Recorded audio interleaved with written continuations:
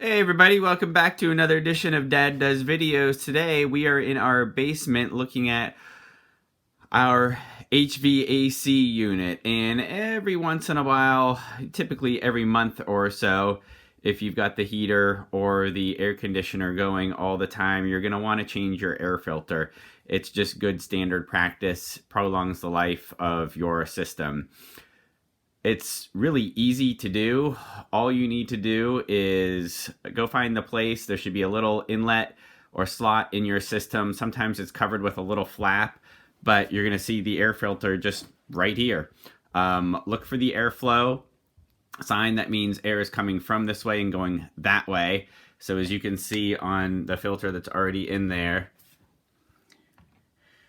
the airflow, you want the arrow to point that way in the same direction as the sticker, or sometimes you'll see it written in Sharpie on your system.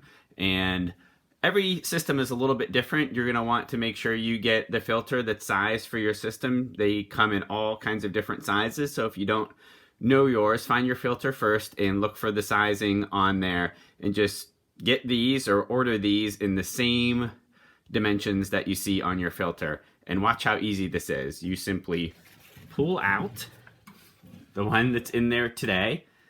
You're going to eventually just throw that away or recycle it. And then you get your other one from your order and find the slot, line it up, pop it in, just double check airflow is going that way, just the same as the other one was. That's it. That took me less than 2 minutes to explain.